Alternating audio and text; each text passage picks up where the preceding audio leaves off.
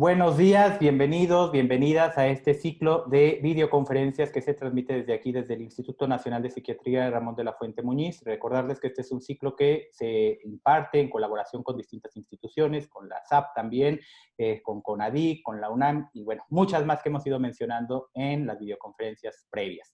Bienvenidos sean todas y todos ustedes a esta videoconferencia sobre el impacto de las emergencias sanitarias sobre la salud mental. Es el nombre de todo el ciclo de videoconferencias. Y me acompaña en la conducción de todo este ciclo la maestra Rocío Carmón. Hola Rocío, ¿qué tal? ¿Qué tal, doctor? ¿Cómo estás? Así es, estamos ya en esta séptima videoconferencia de nuestro ciclo y dirigido sobre todo a las y los profesionales de la salud y de la salud mental específicamente. Les queremos comentar sobre la dinámica del programa, ya lo saben, escuchamos la ponencia de nuestro especialista el día de hoy y al término de esta damos respuesta a las preguntas que ustedes nos compartan a través del chat de Facebook, doctor. Entonces, desde ya estamos recibiendo preguntas relacionadas con la temática. Así es, y vaya, vamos a hablar el día de hoy del acompañamiento del duelo en situaciones especiales. Un tema de gran importancia ante la situación que estamos viviendo. Hasta la fecha se han reportado más de 20,000 muertes en nuestro país, con todas las consecuencias y con todas las implicaciones en lo psicológico y en lo psicosocial también de lo que esto conlleva. Y bueno, para hablar de un tema tan importante, Rocío, me gustaría que pudiéramos puntualizar un poco sobre las implicaciones que tiene el duelo en situaciones como esta. Sí, esta situación que nos compartes, doctor, apremia justamente contar con una guía para el personal de salud para esta intervención en duelo. Lo que tú nos comentas, el número de muertes es una situación que ha exigido del personal de salud una respuesta y ante la falta justamente de un manual o de una guía, estamos proponiendo esta capacitación y empezando por esta videoconferencia con esta temática tan relevante. De ahí la trascendencia, doctor, del tema del día de hoy y del título de la videoconferencia, que es la vivencia del duelo en el contexto de las emergencias sanitarias. Doctor, si nos presentas a nuestro especialista del día de hoy. Así es, como bien señalaba Rocío, esto ha creado una gran necesidad de tener manuales de consulta, de poder orientar a los profesionales de la salud sobre este tema. Y bueno, para hablar justamente del duelo en el contexto de las emergencias sanitarias, nos acompaña el día de hoy el doctor José Ibarreche Beltrán. El doctor Ibarreche es médico por la Facultad de Medicina de la UNAM, es especialista en psiquiatría, realizó la especialidad en el Hospital Psiquiátrico Fray Bernardino Álvarez, con el aval de la UNAM. Tiene formación como psicoanalista por el Círculo de Psicoterapia Analítica de México. Es profesor de la Facultad de Medicina de la UNAM y actualmente es jefe de los servicios ambulatorios del Hospital Psiquiátrico Fray Bernardino Álvarez. Te saludo, doctor Ibarreche, bienvenido y adelante. Héctor, Rocío, muchísimas gracias. Un Es un placer. gusto saludarlos y bienvenidas y bienvenidos todos. Me gustaría que pues comenzáramos lo antes posible para dar lo mejor, el mayor tiempo a las preguntas y respuestas, ¿no? Entonces voy a compartir mi pantalla y ustedes me dicen si se ve. Ya se ve. Lo vemos bien. Muy bien. Bueno, lo importante aquí es que nosotros sepamos que el contexto en el cual vamos a experienciar el duelo, el cual vamos a hablar un poquito más adelante sobre qué es, en una cuestión tan particular como es una emergencia sanitaria, una crisis sanitaria como la que estamos viviendo, nos implica a nosotros, los profesionales de la salud mental, pues una serie de acciones muy particulares y muy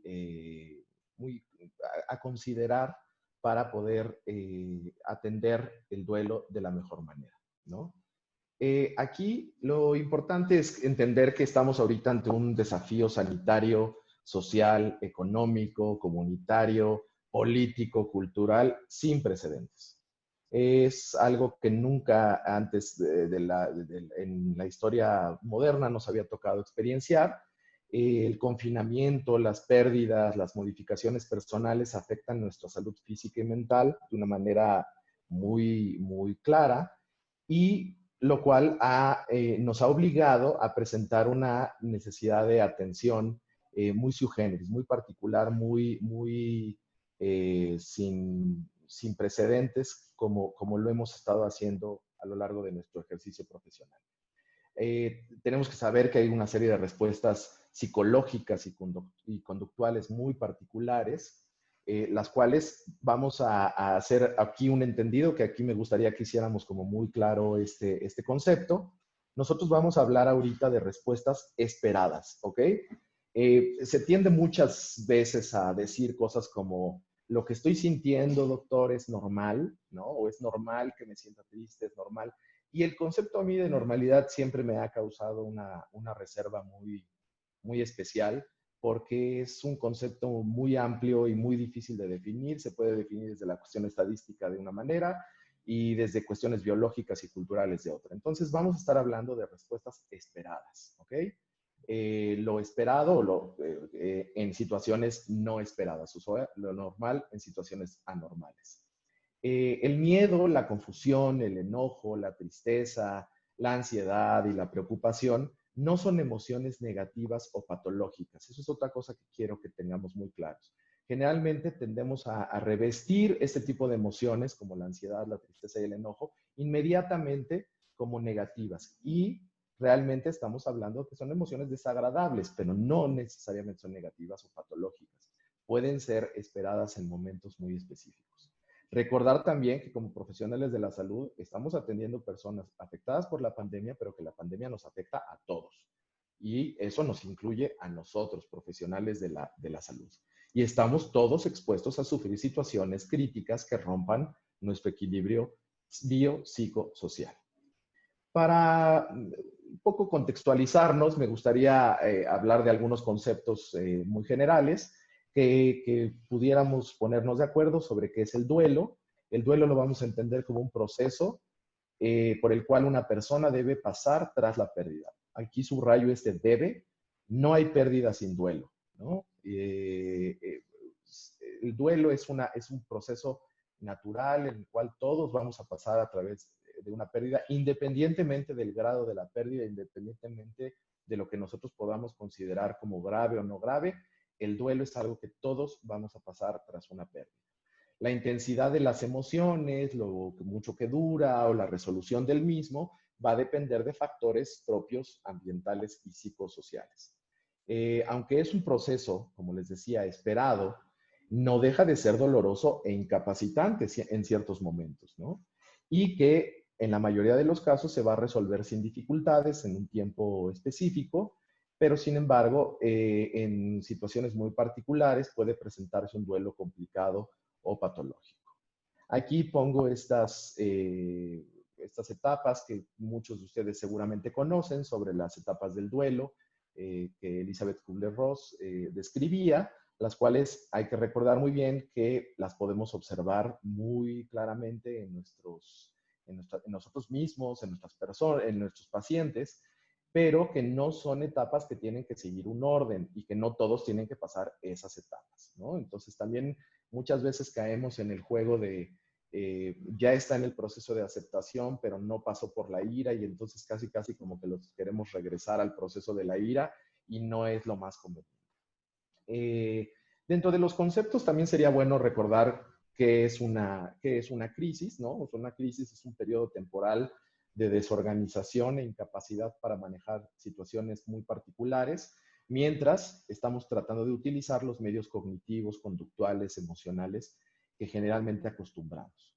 La crisis siempre se va a definir dependiendo de la gravedad del suceso, los recursos personales y las redes de apoyo que nosotros tengamos.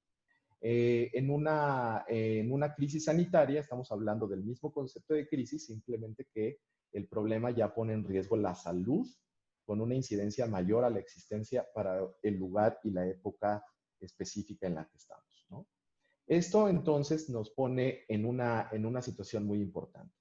Que el duelo, la atención del duelo en una emergencia sanitaria, en una crisis sanitaria como la que estamos viviendo, nos obliga a entender el duelo desde el aislamiento.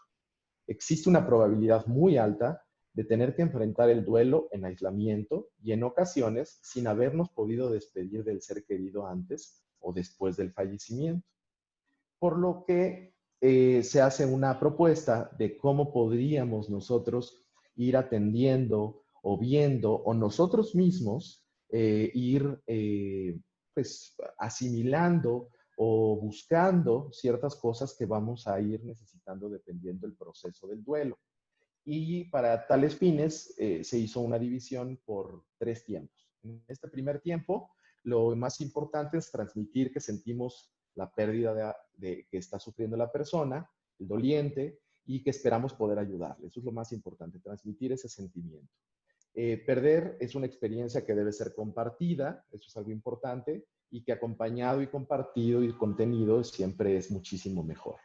Tenemos que ser empáticos, no nada más verbalmente, sino físicamente empáticos. El dolor y el sufrimiento tienen un impacto en los demás, por eso es importante también favorecer la compañía y la presencia. Tendemos mucho en el primer tiempo sentir que somos los únicos que sufrimos, que somos los únicos a los cuales les está afectando la pérdida, y tenemos que saber que pues también le está afectando a más personas, ¿no? Del apoyo emocional, esto es algo muy importante, explicarle a la persona que del apoyo emocional va a depender que sea mucho más fácil o difícil el proceso del duelo. Tenemos que identificar también ciertos rasgos de personalidad y mecanismos de afrontamiento previos con los cuales, bueno, pues el paciente ha echado mano para poder responder en pérdidas anteriores o en situaciones anteriores. Y repito, el caso en el que estamos ahorita es un caso sin precedentes, no es como que tengamos un referente de cómo hemos respondido en pandemias anteriores, pero sí podemos tener un referente de pérdidas anteriores o del enfrentamiento del duelo en situaciones previas. Hay que validar siempre la gama de emociones y nombrarlas.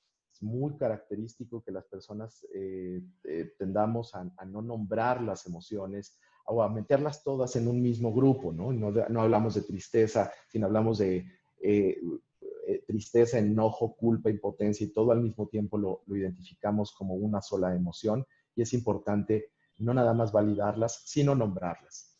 Identificar la negación temprana es muy importante porque esto nos ayuda a poder localizar estos fenómenos de incredulidad y de desorganización que puede haber en los primeros momentos de la pérdida, que lo más característico es la persona dice que esto no está sucediendo y hay muchísima fatiga psicológica ante este proceso que es la negación, ¿no? Las circunstancias de la pérdida son muy especiales, o sea, no poder acompañar, cuidar y despedirnos. Eso tenemos que ser muy empáticos. Somos una cultura en general muy de acompañamiento, muy de estar con nuestros seres cuando se van o cuando están enfermos, y el que se nos imposibilite, bueno, pues esa circunstancia especial nos hace enfrentar las cosas con una serie de emociones, una gama de emociones muchísimo más complejas, y por eso hay que validarlas y nombrarlas como esperadas. Explicar que pueden presentarse también síntomas físicos, esto es algo muy, muy importante, ¿no? Que no nada más se manifiestan emocionalmente, y hay que dejar que surjan todas las preguntas independientemente de que nosotros tengamos o no la respuesta de esas preguntas. O sea, ¿por qué pasó? ¿Todo hubiera sido mejor si hubiéramos venido antes? ¿En qué fallé? O sea, hay muchas preguntas. Tenemos que dejar que surjan, validar esas preguntas. Y lo más importante es esto de evitar dar falsas esperanzas o información incorrecta, ¿no?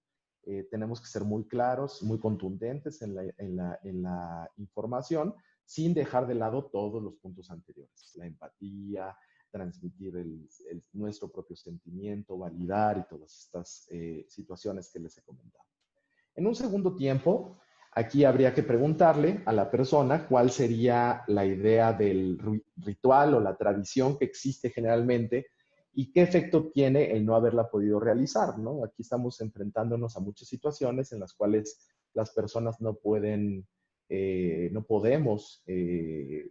realizar los funerales o los entierros o las despedidas como generalmente lo tenemos pensado, y tenemos que recordar que estos rituales tienen una función psicológica, que son un acto simbólico en el que nos permite procesar un evento psicológico en la realidad. Y entonces, el no poderlo realizar puede llegar a ser muy complicado y se expresan emociones y se generan malestares que generalmente en los rituales o en las tradiciones podríamos expresarlos y generarlos y nos tendrían que servir o nos pueden ayudar para más bien reparar, estabilizar y sentirnos acompañados. Y entender que al no tenerlo, pues esa carencia va a tener un efecto. Los rituales siempre van a variar de acuerdo a las culturas, religiones, creencias y sociedades.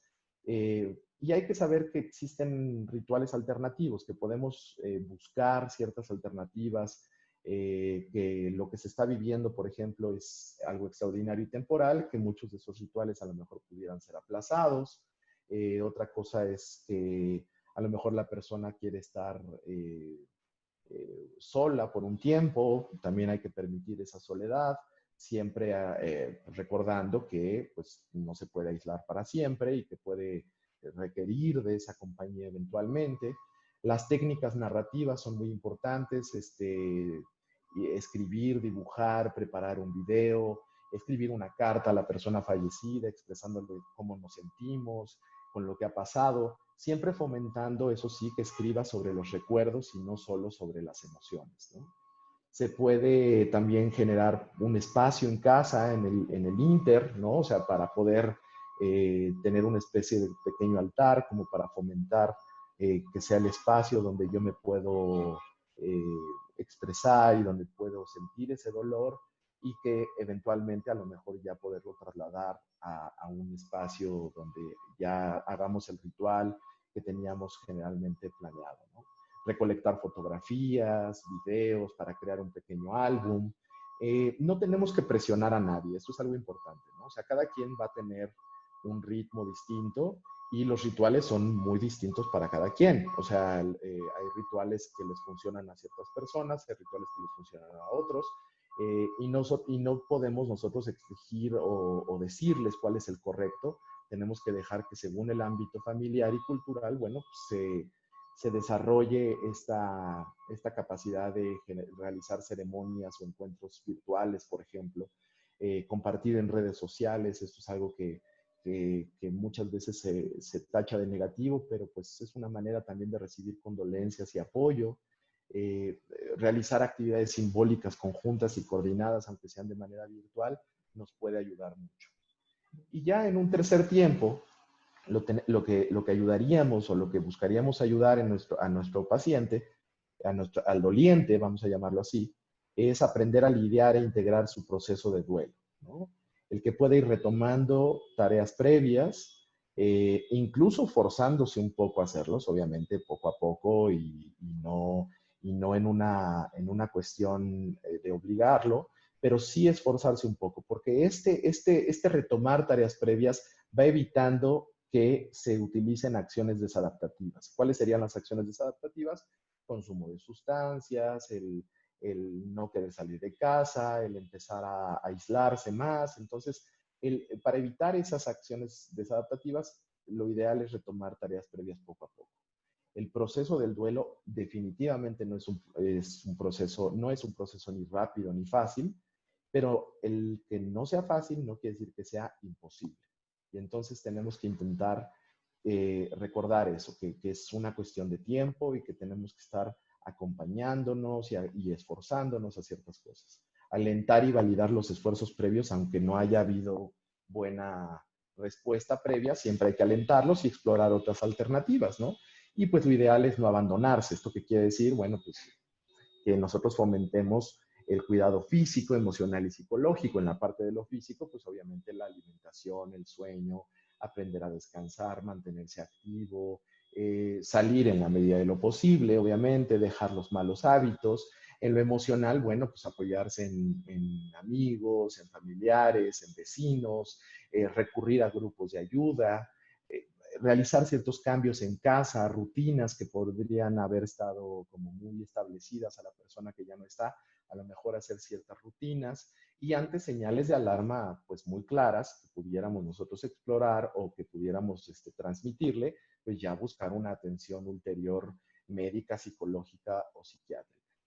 Y ahí vendría entonces el cuidado psicológico, que es no exigirse mucho a nivel intelectual, ¿no? O sea, nuestra memoria se ve afectada, muchas veces es lo primero que, por lo que llega alguien un doliente, ¿no? Es que ya no me acuerdo de nada, estoy teniendo problemas de memoria, pues es porque la frustración, el enojo, la tristeza, pues nos hacen perder la atención, y la atención es un proceso fundamental para la memoria, ¿no?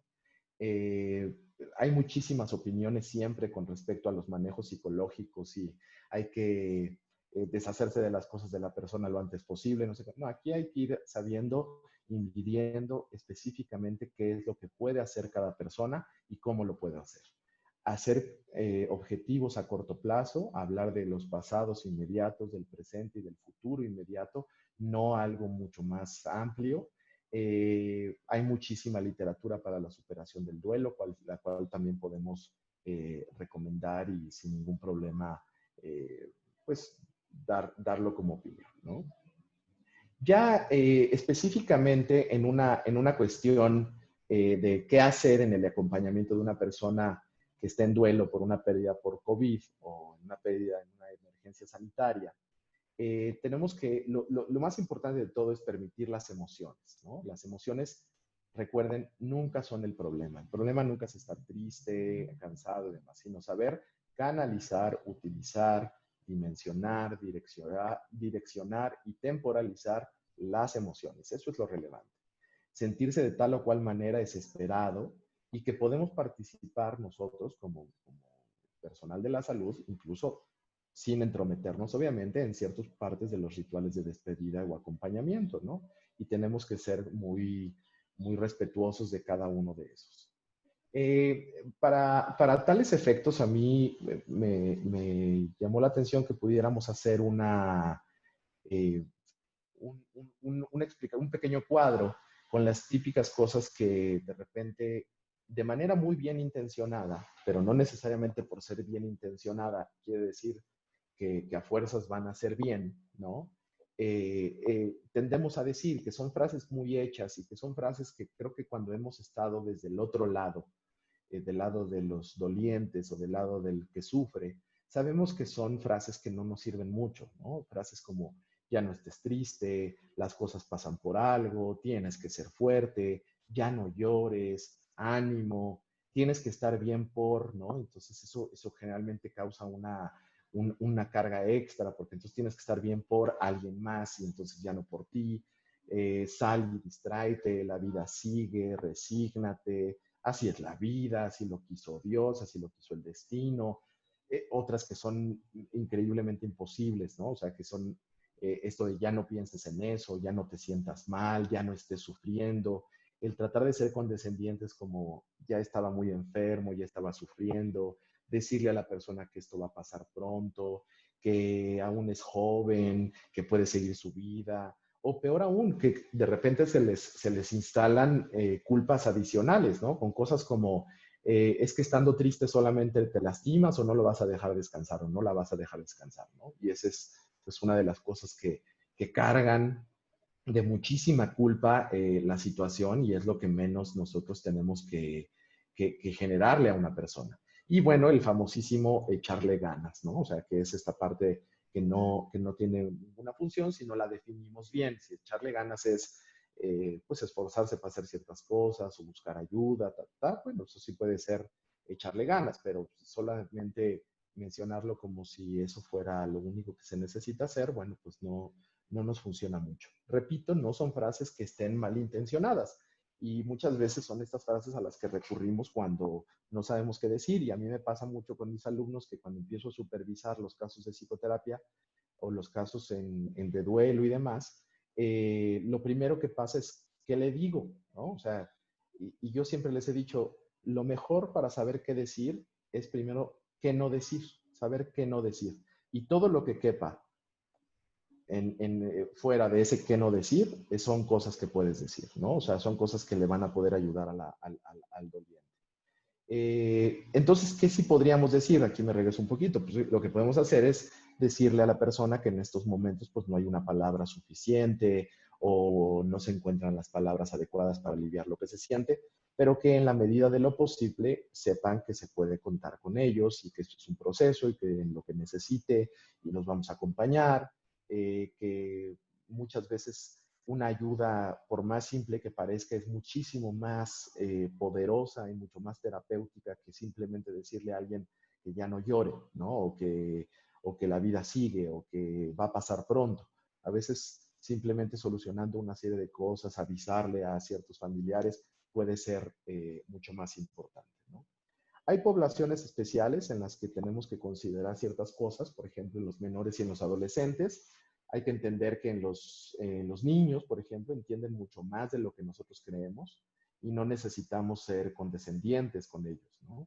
Debemos incluirlos, validarlos, escucharlos y acompañarlos, al igual que cualquier otro miembro de la familia, mantener las rutinas en la medida de lo posible, procurar que los niños no estén en tanto contacto con noticias o imágenes relacionadas con la emergencia sanitaria, recordarles y recalcarles, aunque parezca ilógico, pero recalcarles que no son culpables de nada. Eso es una tendencia muy grande de los menores, ¿no? Que tienden a sentirse culpables por lo que pasó.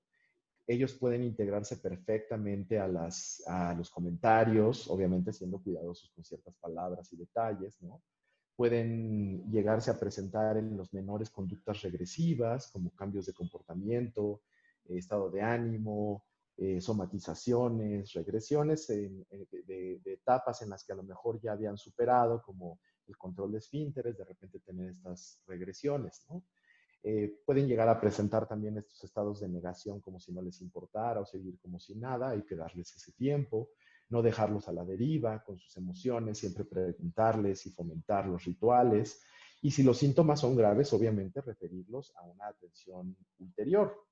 Y en los adolescentes, bueno, muy parecido que con los niños, simplemente que igual hay que acompañarlos, integrarlos y demás, solamente que hay que recordar que en los adolescentes, pues claro, la expresión emocional es mucho más intensa y siempre se vive desde un lugar muchísimo más complejo, ¿no? Tienden mucho más al enojo y al aislamiento, lo que hace que en ocasiones son a los que menos se consideran.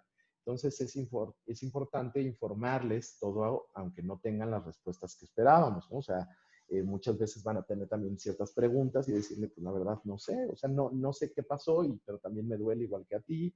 Mantener un contacto importante con su red de apoyo, que en este caso pues podrían ser sus amistades, su pareja.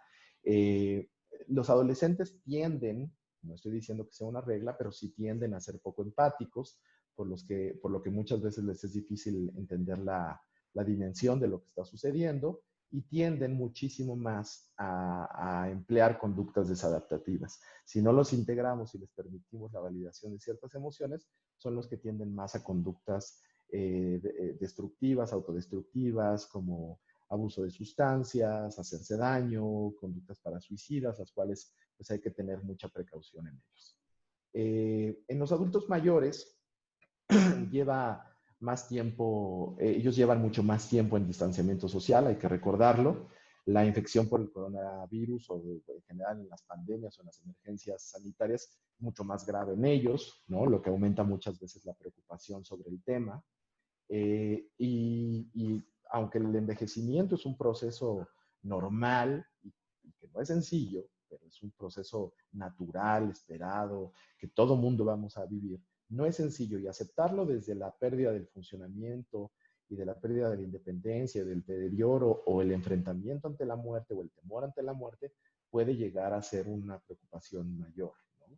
Esto, si se le aumenta la desconexión social, el aislamiento social en los adultos mayores, los cuales tenemos que nosotros fomentar, obviamente, que no se genere. La desconexión social está íntimamente relacionada con el desarrollo de depresión y ansiedad en los adultos mayores y obviamente pues el sueño siempre se va a ver afectado, ¿no? Entonces, lo que tenemos que hacer es proporcionarle la satisfacción de comunicación, realizar actividades físicas, esta parte de reintegrarlos a las actividades cotidianas de casa, eso es muy importante, brindarle toda la información y aclarar las dudas y que se mantengan comunicados es una de las cosas más importantes, ¿no? O sea, a veces tienden a decir, no, yo no le entiendo a estas cosas, y demás, y a lo mejor necesitan de nuestra ayuda porque sí son muchas veces los que más olvidados están con respecto a la reconexión social. Otro grupo importante que es muy relevante en nuestra profesión, que es las personas con discapacidad psicosocial, con un diagnóstico psiquiátrico o psicológico previo, en la cual pues tenemos que entender que la universalidad del duelo pues incide en muchísimos aspectos en las patologías psiquiátricas y debe ser objeto de especial atención en cuanto al seguimiento clínico, psicoterapéutico y familiar. Nosotros a cualquier persona con una discapacidad psicosocial tenemos que hacerle ciertas preguntas, ¿no? O sea, ¿cuál es el diagnóstico con el que cuenta? ¿Qué tratamiento usa o le indicaron? ¿Cuándo fue la última consulta psiquiátrica y más o menos cuándo es la siguiente? Y si a raíz de todo esto se han incrementado síntomas o aparecido nuevos síntomas. Y de ser necesario, obviamente, pues sugerir atención ulterior, evitándoles el aislamiento lo más posible, informar muy bien a la red de apoyo. En ocasiones las personas que fallecen son las encargadas de la persona con discapacidad psicosocial y entonces hay que tener mucha precaución en cuestiones sobre la adherencia terapéutica, tener un listado ahí de los teléfonos o correos de las personas en las que se pueden ellos contactar si se sienten mal y pues fortalecer de manera relevante las redes de apoyo. Otro de los grupos, vamos a llamarle especiales, ¿no? En los cuales se presenta el duelo de una manera muy particular, pues son el personal y los profesionales de la salud, ¿no?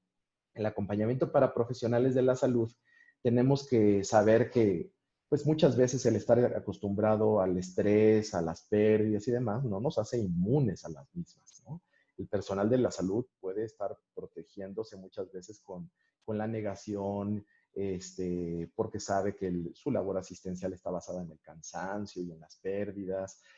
Pero pongámonos a pensar que a todo esto se le agrega no nada más las pérdidas constantes, que muchos han perdido compañeros, que muchos han perdido familiares, y además está la sobredemanda, si es que hay falta de recursos o poco personal, el aislamiento, son personas que luego no pueden estar en contacto con sus familias porque, pues, por el riesgo de contagio, muertes de compañeros, y muchas veces las reacciones iniciales ante esto, más que otra cosa, son las reacciones al estrés agudo, que serían reacciones físicas, cansancio, náusea, mareo, cefalea, taquicardia, insomnio, falla de la memoria, y las respuestas psicológicas, ansiedad, irritabilidad, poca tolerancia, pensamiento acelerado, inquietud, hipervigilancia. Y eso es algo muy importante de estar identificando porque rara vez se ubican en la tristeza. El personal de la salud en esta sensación de superhéroes y de persona inmune ante las situaciones de pérdida y de estrés, evitan la tristeza a toda costa porque la hacen o la sienten como un sinónimo de debilidad o de vulnerabilidad, pero tienden a irse hacia otros lados como la irritabilidad, la ansiedad, la hipervigilancia, la hiperactividad y demás, ¿no? Esto es algo que les comentaba, la sobredemanda, la falta de recursos y demás. Entonces, ¿qué les recomendamos? Les recomendamos que puedan formar en la medida de lo posible grupos entre el personal, las redes de apoyo con sus compañeros y familiares, mantenerlas, mantener actividades en la medida de lo posible, tener un periodo de descompresión después del turno, ¿no? O sea, este punto como de por lo menos un par de horas no escuchar nada de noticias y poderme deslindar completamente del turno para poderme descomprimir afectiva y físicamente.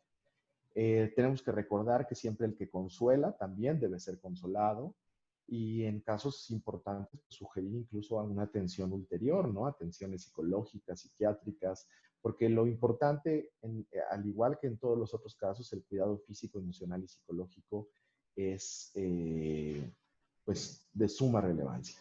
El ser un personal de la salud no te va a eximir de que tú puedas realizar ciertos rituales, ¿no? O sea, el que tú sepas por qué pasan ciertas cosas no quiere decir que tú no tengas una idiosincrasia, una cultura, una religión o algo muy específico por el cual tú necesites o del cual necesites echar mano para hacer este proceso. Hay 3 mecanismos de defensa que conocemos como de alto nivel, que son muy efectivos en el ejercicio de la profesión de la salud, que son el altruismo, esta parte de ayudar al otro de manera desinteresada para poder descargar la emoción que me genera la ansiedad o la frustración o la impotencia de una pérdida o de la vulnerabilidad. La sublimación, que es el utilizar esa emoción para un ámbito creativo, ¿no? O sea, que puede ser desde escribir, dibujar, tocar un instrumento, cantar, hacer ejercicio, lo que sea. Y el sentido del humor, ¿no? El sentido del humor tiene una acción muy precisa. No hay que confundir el sentido del humor con no tomarse las cosas en serio. O sea, el sentido del humor es algo que nos ayuda a liberar tensión, sin embargo, no puede ser entendido como como no tomarse en serio algo y burlarse de las cosas.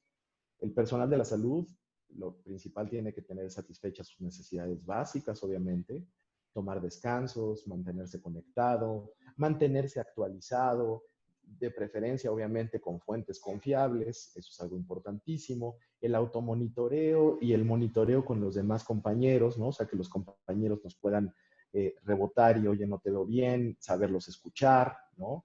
Recordar que su labor es importante, ¿no? Muchas veces las familias generan mucha presión alrededor de ya no te expongas, ya no vayas, te va a pasar algo. Hay que recordar también que nuestro trabajo es muy importante, pero que también nuestra salud lo es, ¿no?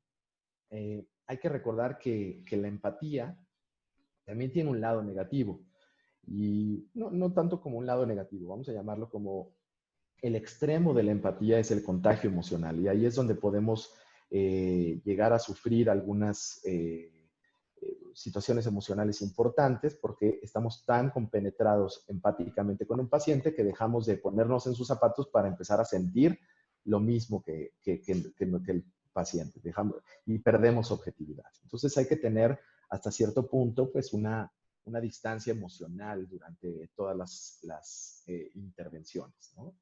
El personal de la salud tiende a, eh, a sentirse invulnerable o difíciles de afectar porque temen a sentirse débiles. Entonces, ante un evento crítico nos puede afectar emocionalmente a cualquiera de nosotros, y eso nunca va a ser una señal de debilidad. Eso es entenderlo. Que cuando estamos acompañados, estar acompañados significa que no estamos solos, no que no podemos. Y recordar siempre que las emociones son esperadas, y aunque todos hemos escuchado cosas dolorosas, siempre es comprensible que ante un evento nuevo podamos resentir una pérdida. Entonces, evitar el contacto y la información sobre la emergencia sanitaria un par de horas después del turno, tomarnos unos minutos para poder respirar y relajarnos. Y una de las cosas más importantes, que es de lo que acaba sucediendo siempre para ya finalizar con el personal de la salud, es que ante este no reconocimiento o la no búsqueda de ayuda empieza la automedicación o el consumo de sustancias o estimulantes y demás para poder sobrellevar las crisis que estamos nosotros viviendo emocionalmente en ese punto, ¿no?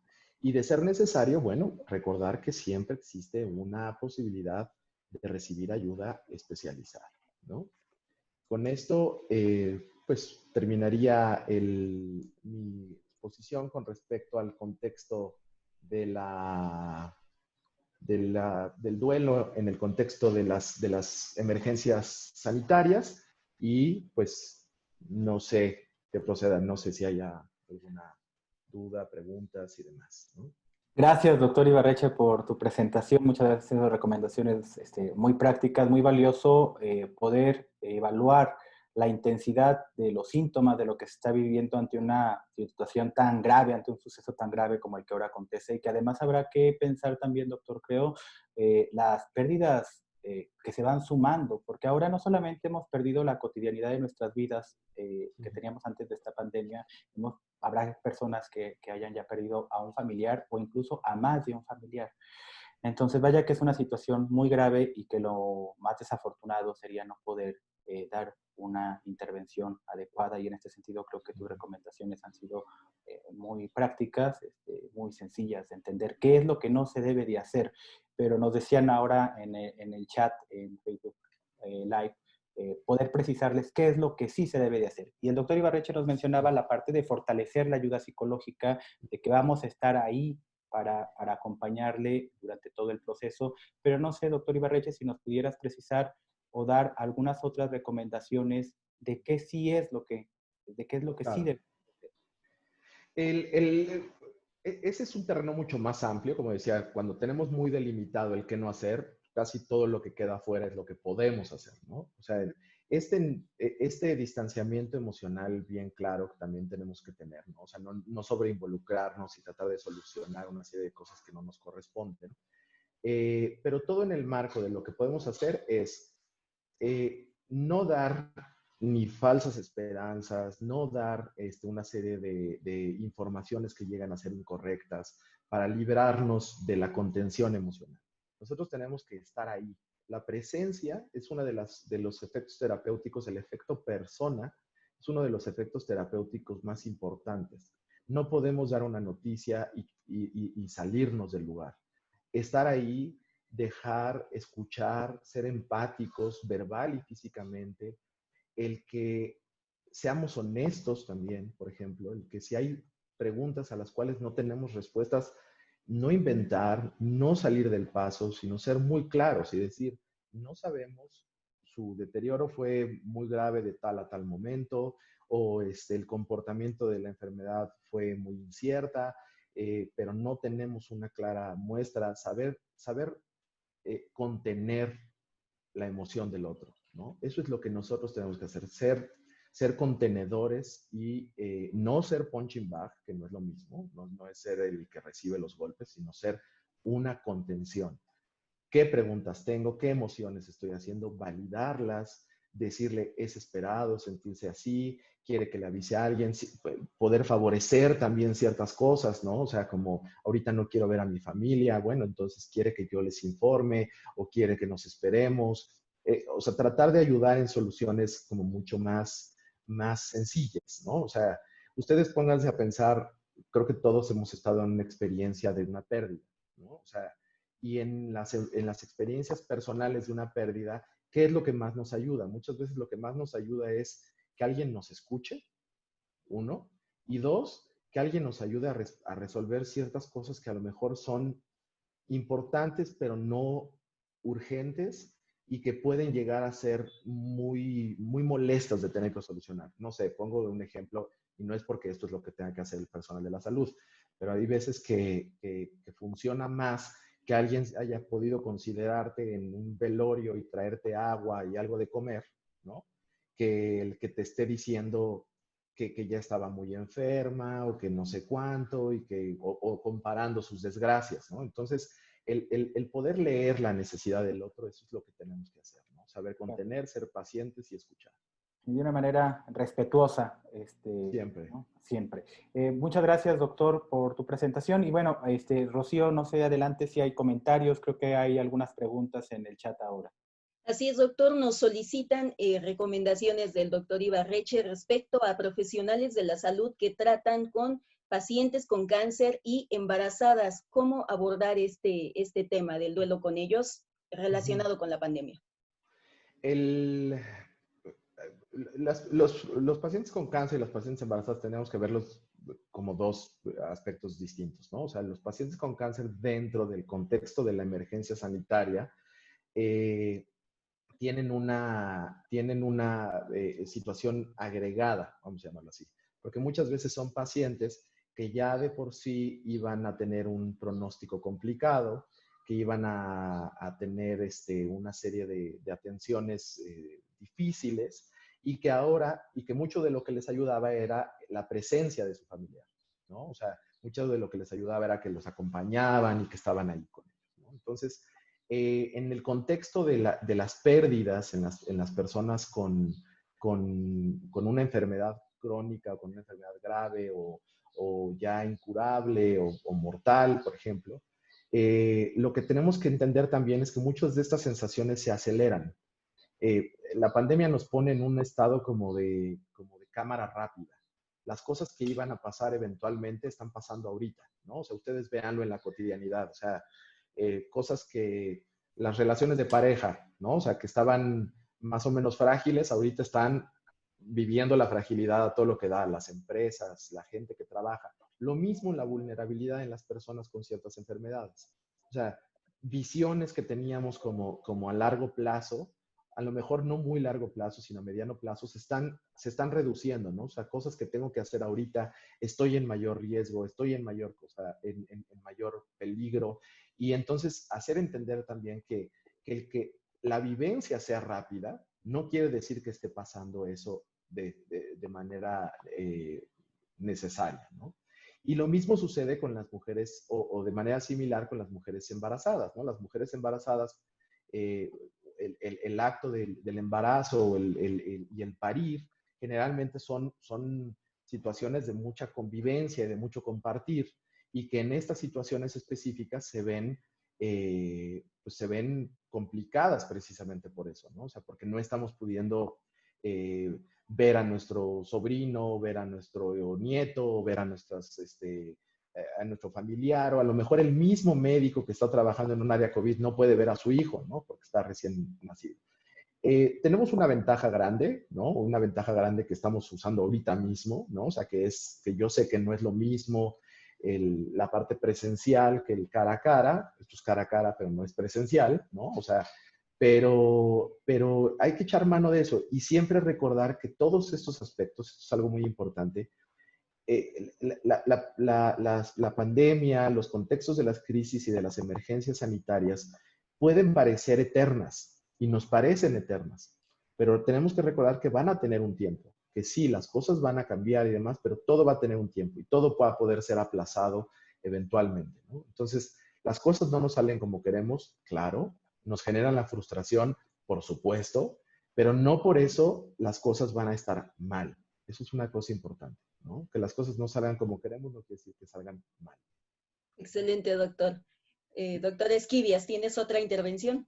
Sí, el doctor Ibarreche nos mencionaba sobre los rituales alternativos y quisiéramos poder ahondar un poco más en esto, doctor, y poder Claro. precisarlos y describirlos de mejor manera. El doctor nos mencionaba realizar una carta, escribir, de alguna manera nos ayuda a procesar la pérdida, realizar actividad o alguna actividad que reemplace al duelo de forma virtual, como algo similar a lo que hacemos ahora con todos los familiares, hacerlo excesivo a todos los familiares de los dolientes. Y justo nos preguntaban ahora, Lindsay Carrillo nos pregunta, dice, ¿cuál es el momento adecuado para sugerir rituales alternativos a la persona doliente? Y a mí me gustaría agregar, además de la precisión que ella dice, en qué momento sugerirlos, a mí me gustaría que tú nos pudieras platicar, doctor Ibarreche, ¿cuáles tú consideras que son más efectivos en el contexto social de nuestro país, de nuestra Claro. población? Las dos son preguntas muy, muy interesantes. La primera, que es la del tiempo, en qué momento, es de las cuestiones yo creo que más difíciles de contestar, porque yo creo y siempre he considerado y que todo abordaje psicológico, terapéutico, tiene que ser entendido como un traje a la medida. Y los trajes a la medida, bueno, pues se cosen según las capacidades que vamos teniendo. Lo que sí es importante es que en ese sentido tenemos que entender un poco como les describía yo por tiempos. Y lo ideal es sugerir los rituales alternativos en el segundo tiempo. El primer tiempo es siempre en una parte de la expresión de las emociones, el enojo, la necesidad de contención, la necesidad de ser escuchado, la necesidad de solucionar cosas prácticas. Y ya es en un segundo tiempo lo que se puede ir proponiendo. Véanlo un poco como en una pérdida, vamos a llamarlo, no en el contexto de una emergencia sanitaria. No en el contexto de una emergencia sanitaria pasa lo mismo. El funeral, el entierro y todo no se hace en el momento, en el primer tiempo, se hace siempre en un segundo tiempo. Ya en el tercer tiempo es la reparación y demás. Entonces, en el primer tiempo siempre es la escucha y demás. Temporalmente hablando, pues es difícil también, ¿no? O sea, es complicado. Muchas veces eso nos lo marca más bien ciertas otras cosas externas, como por ejemplo cuando recibimos los restos, cuando recibimos, cuando ya nos podemos ir a casa, muchas veces es en ese momento. Ahora, dentro de la experiencia, ¿cuáles han sido de nuestra cultura? ¿Cuáles podrían ser como los más utilizados o los más como lógicos para nuestra cultura, nosotros somos una cultura muy de cercanía, muy de apapacho, pues, o sea, y muy de estar presentes y de vernos y de tocarnos, y ustedes lo ven, o sea, hay una persona en terapia intensiva, no en el contexto del COVID, en general, una persona en terapia intensiva y la sala de espera está llena de personas de esa familia que aunque no van a poder entrar, todos quieren estar ahí porque somos así, ¿no? Somos presenciales. Entonces, en este sentido y en este contexto, el generar alternativas en las que se pueda sentir el cara a cara, el que se pueda sentir que las personas están, es muy importante. O sea, toda esta parte de los ciertos rituales virtuales, el que las personas tengan este chance de ir hablando uno por uno de la vivencia con la persona, el que en la medida de lo posible también puedan tener ciertas reuniones con distancia y protección, ¿no? Para verse, para entenderse, para escucharse. Estos generalmente son los que más nos funcionan en el contexto de nuestra cultura. Y obviamente, algo que es innegable, los rituales y las tradiciones religiosas, ¿no? Somos un país históricamente con tradiciones y rituales religiosos muy arraigados, los cuales muchas veces tenemos esta sensación incluso de que si no se realiza cierto ritual, la persona no puede descansar y no puede hacer ciertas cosas. Entonces, recordar que estos rituales pueden ser aplazados y que se pueden ir haciendo en un tiempo distinto, no es que se estén dejando de hacer, sino que se van a hacer en un tiempo distinto, porque los otros rituales, como por ejemplo escribir, pintar, hacer un álbum y demás, tienden a ser mucho más simbólicos y requieren de un ejercicio mucho más abstracto de la persona.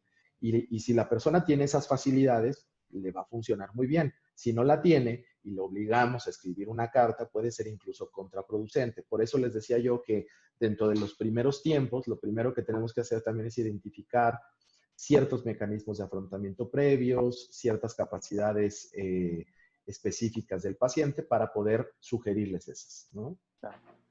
Y en un contexto de una población tan religiosa como es la población mexicana, en tu práctica como psicoterapeuta, doctor Ibarreche, ¿qué recomendación darías tú a los psicoterapeutas, a los profesionales de la salud que están atendiendo a dolientes, que están en proceso de duelo, sobre cómo manejar la religiosidad del doliente?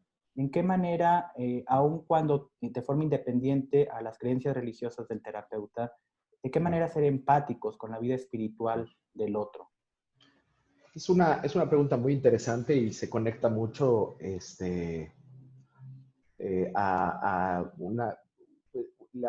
la primera o segunda clase que doy para la introducción a psicoterapia, los R2, habla de dos mecanismos fundamentales e inespecíficos, pero innegablemente necesarios en los procesos terapéuticos, que son la fe y la esperanza. La fe y la esperanza como mecanismos terapéuticos son fundamentales y que van más allá de lo religioso o de la creencia específica tanto del terapeuta como del paciente. La fe es un proceso prelógico en el cual nosotros estamos de manera natural requiriendo que la necesidad o la solución o la causa de algo esté en otro lado, que no seamos nosotros, ¿no? Eso es la fe, eso es algo que nosotros estamos de manera natural buscando. Y puede ser fe a la naturaleza, a un ente, a la ciencia y demás. Y la esperanza es poner ciertas expectativas y ciertas cosas en el futuro. O sea, queremos que el futuro salga bien. ¿Por qué hago esta aclaración casi conceptual? Porque independientemente de cómo aborde la persona, diciendo porque así lo quiso Dios, o porque así lo quiso la naturaleza, o porque así lo quiso Buda o Alá, o quien sea, ¿no? Independientemente de eso, tenemos que entender que la necesidad está basada en dos conceptos fundamentales que son la fe y la esperanza. Entonces, como terapeutas, jamás podemos intervenir en juzgar desde esa perspectiva, siempre y cuando esos aspectos no interfieran en el proceso natural, ¿no? En el proceso natural de la solución del duelo. Como por ejemplo, hacer cosas como estoy yo también infectado porque yo me contagió mi pareja, porque yo también tengo COVID, y entonces, como así lo quiso Dios, ya no me voy a tratar. Si ya estamos viendo que está habiendo una afectación directa en el tratamiento, ahí sí podemos hacer una intervención y hacer intervenciones tan claras como recuerdo una vez, a lo mejor hasta recuerdas el ejemplo, que me decía una paciente religiosa, que decía, es que Dios me está castigando mucho. Y que yo le decía, y sí, a lo mejor en lugar de castigo son pruebas, ¿no? O sea, y lo vemos desde ahí. Simplemente cambias un poco el concepto, no le estás diciendo Dios no actúa así, no crea en Dios, no estás, porque tú tienes que respetar, o sea, la persona ya era quien era cuando llega contigo y llega por algo específico, no llega para que le cambies sus creencias y sus cosas, sino tratas tú de utilizar las herramientas que tiene la persona para poder tratarlos, ¿no? Entonces, en ese sentido, creo que es respetando la fe y la esperanza sin que actúe de manera contraproducente en un tratamiento específico, siempre hay que respetarlas y tomarlas en cuenta, ¿no? Adelante, Rocío. Muchas gracias, doctor. Gracias, doctor. Ya nos puntualizaba usted dos situaciones, que es la presencia de conductas desadaptativas y el acelere de situaciones o como una cámara rápida, ¿no? De situaciones que estaban previstas. Nos proponen aquí una pregunta, doctor, que tiene relación con esto. ¿Cómo abordar el duelo en una persona adulta mayor que ya tenía un problema de adicción y en consecuencia de este problema de adicción, una depresión? ¿Qué recomendación daría usted? Sí, pues digo, ya son casos ya muy específicos, pero en ese sentido es recordar, o sea, esta parte de los trajes a la medida, que quiero ser como muy puntuales, es sentarse y ver qué es lo que está motivando. Yo siempre he pensado, independientemente, y no soy una persona dedicada a las adicciones ni nada por el estilo, pero yo siempre he creído que una de las preguntas principales cuando alguien está ya consumiendo algo o empieza a consumir algo o aumenta el consumo de algo, es hacer la pregunta, ¿cuál es la función de eso? ¿Ok? O sea, ¿para qué estoy haciendo eso? Si la fantasía es porque estoy consumiendo más o estoy tomando más de este medicamento porque lo que quiero es no pensar, ¿no? O lo que quiero es anestesiarme, pues también ser claros que eso no es la función de ese medicamento, ¿no? O sea, entonces también tratar de abordar desde la cuestión empática y afectiva cuál es la razón por la que se está haciendo. Si tú solamente prohíbes a alguien, por ejemplo, le dices, no tomes, o ya no te tomes esos medicamentos, o ya no estés subiéndole la dosis, no sé cuánto, y solamente lo prohíbes, tú no puedes quitar nada sin dar algo a cambio. ¿Por qué? Porque esas adicciones, esas dependencias están cumpliendo una función precaria, patológica, pónganle el adjetivo que quieran, pero están cumpliendo una función. O sea, definitivamente. El chavito que toma un caballito de tequila antes de ir a la fiesta para poder hablar con la chava que le gusta, está cumpliendo una función. No es la mejor manera, no es la mejor tata, pero está cumpliendo una función. Entonces, si tú llegas con un adulto mayor y le dices, ya no tomes esos medicamentos, ya no sé cuánto, no estás dando algo a cambio, ¿no? Entonces, aquí ¿qué es lo que está pasando? O sea, no estás pudiendo dormir, te sientes desanimado, aparte estás triste, entonces buscar una atención, ¿no? Hacia eso, ¿no? O sea, si es preciso una atención ulterior psicológica, psiquiátrica, buscarla. No nada más dedicarnos a quitar este punto de lo que está consumiendo, porque eso es algo muy común. Eso es algo muy común. Ya no tome ese medicamento, ya no tomes ese medicamento, le dicen a la abuela, pero no le dan nada a cambio, ¿no? O no estamos preguntando por qué. ¿Por qué toma ese medicamento? Pues porque no duerme. ¿Y por qué no duerme? Pues a lo mejor está ansiosa. ¿Y por qué está ansiosa? Pues porque le preocupa que también se enferme ella y se enferme su familia. ¿Y por qué le preocupa? Pues porque su hijo es médico. Entonces, fíjate, ya estás tratando de englobar hacia otro punto y no nada más le quitaste el medicamento. Puedes abordar las cosas desde otra perspectiva. Entonces, yo siempre diría ser muy cautelosos. ¿Cómo abordar ahí? Nada más, no quiten si no van a dar algo a cambio. Eso es algo importante. Y el que vas a dar a cambio tiene que ser algo mucho más adaptativo. O sea, no es te cambio este medicamento por este otro, ¿no? O deja de tomar whisky para que tomes tequila. O sea, no es una por otra, es esto y voy a buscar cuál es tu necesidad y la atención específica ulterior, ¿no? Gracias, doctor.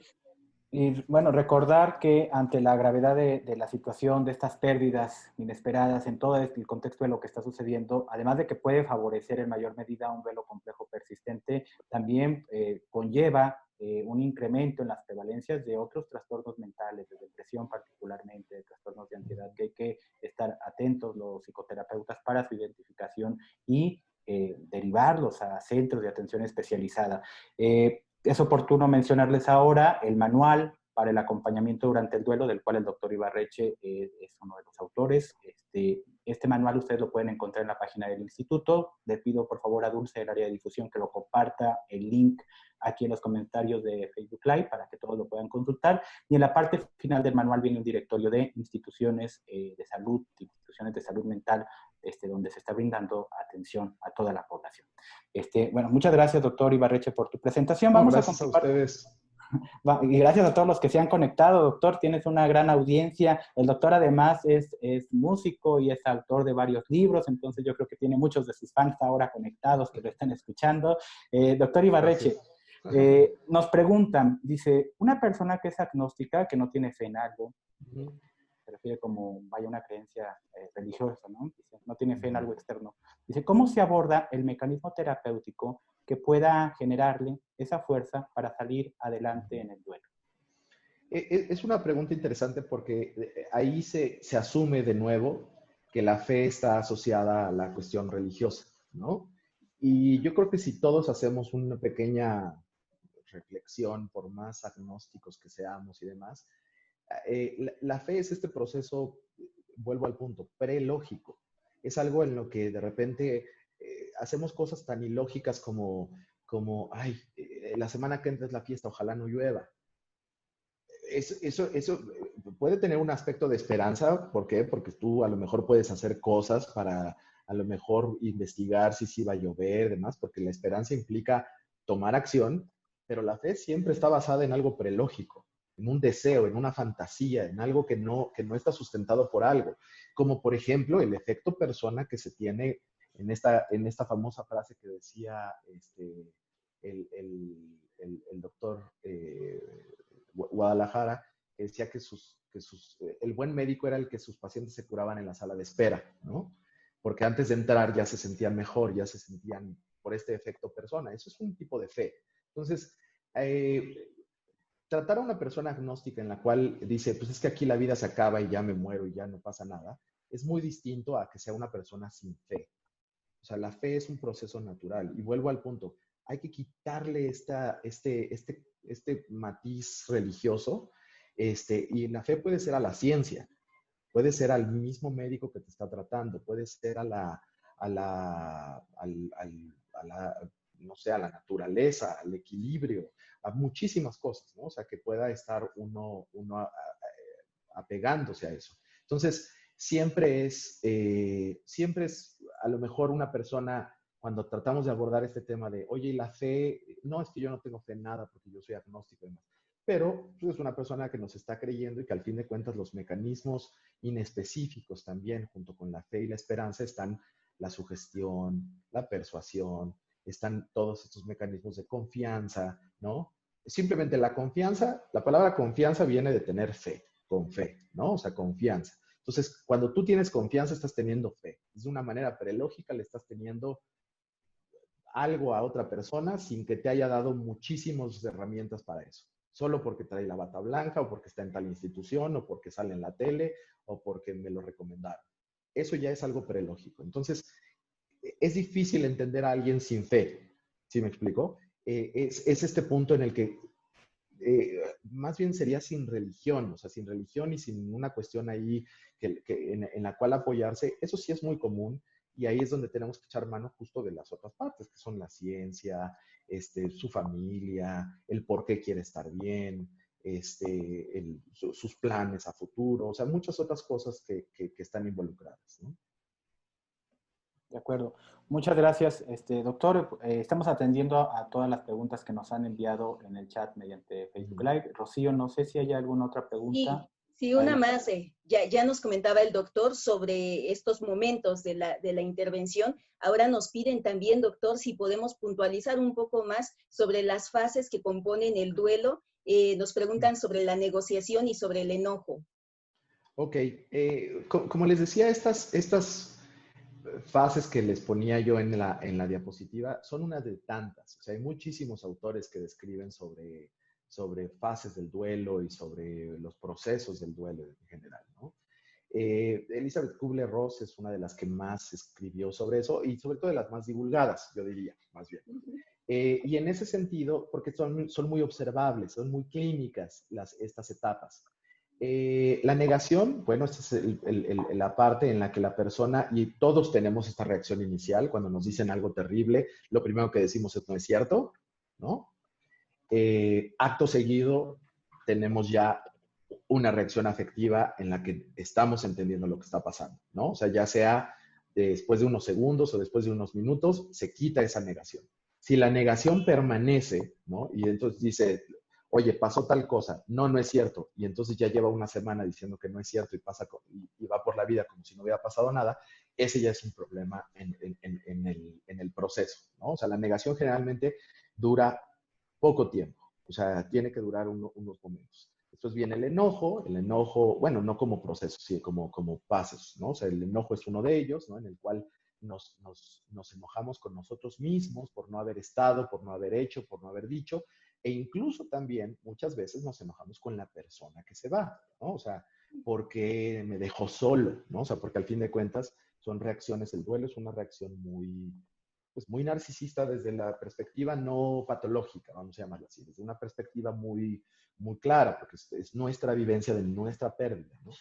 Viene luego la negociación. En la negociación es cuando vienen cosas como, es como un conjunto entre la negación y el principio de la depresión, ¿no? En el que empezamos a decir cosas como, ay, ojalá no sea cierto, o ojalá se salve, y si se salva, yo te prometo que a una deidad, porque ahí sí el agnóstico deja de serlo, el que no creía en nada empieza a creer en algo, empiezan incluso a negociar o pueden llegar a negociar hasta con los doctores, ¿no? Así como diciendo, ¿cuánto le ofrezco para que salve a mi paciente? Como si fuera una cuestión que es una transacción, ¿no? O sea, como si la salud o lo que algo no pasara fuera una transacción. En ese sentido va la negociación. La depresión es más que un estado clínico, la depresión es como si fuera una posición de depresión, o sea, un estado en el que justo antes de empezar a aceptar, empezamos con una reacción de tristeza, porque duele, ¿no? O sea, estamos en el proceso de saber que ya no vamos a volver a ver a alguien o no vamos a volver a estar con esa persona o que esa relación se terminó o que ya no vamos a poder usar nuestra pierna o ¿no? Lo que sea que hayamos perdido o ya no estamos en ese trabajo. Empezamos a tener una reacción de tristeza porque la tristeza es el primer camino para poder empezar a aceptar. Y aceptar no es olvidar. Eso es algo muy importante. La gente tiende a decir cosas como, es que yo ya quiero aceptarlo porque ya no quiero pensar en eso. Lo primero que tenemos que decirle a una persona en el duelo es que el resultado de todo esto va a ser integrar a su vida la pérdida, no olvidarla. Y Claro. que eso lo pone en un punto en el que cuando sea Navidad o el cumpleaños de o el día de o lo que sea, nos puede recordar eso y nos puede volver a doler. Eso no quiere decir que no duela. La aceptación viene en el que ya integramos a nuestra vida esa pérdida y somos la persona que vive sin eso y aceptando todo con lo que también sí tenemos. O sea, es cuando hacemos ya un círculo en el que la pérdida es parte de nosotros, no lo más importante, ¿no? No sé si está claro ahí. Perfecto, doctor. Sí. De acuerdo, pues muchas gracias a todos los que se han conectado a este ciclo de videoconferencias que se imparte todos los días, lunes y miércoles a las 10 de la mañana. Gracias a todos los que han participado en el chat, a los que han enviado sus preguntas. Hemos tratado de responder al mayor número de ellas. Había aquí una persona que nos preguntaba qué tan recomendable es el uso de fármacos en adultos mayores que presentan datos de depresión, a pesar de algunas otras medidas conductuales. Bueno, pues es importante, muy probablemente recordemos, como que nos mencionaba el doctor Ibarreche, y nuestros conocimientos el riesgo de esta población de desarrollar un trastorno depresivo con todo lo que esto implica. Y pues es recomendable el uso de un tratamiento siempre que este sea indicado por un profesional de la salud. Muchas gracias, doctor Ibarreche, por tu presentación.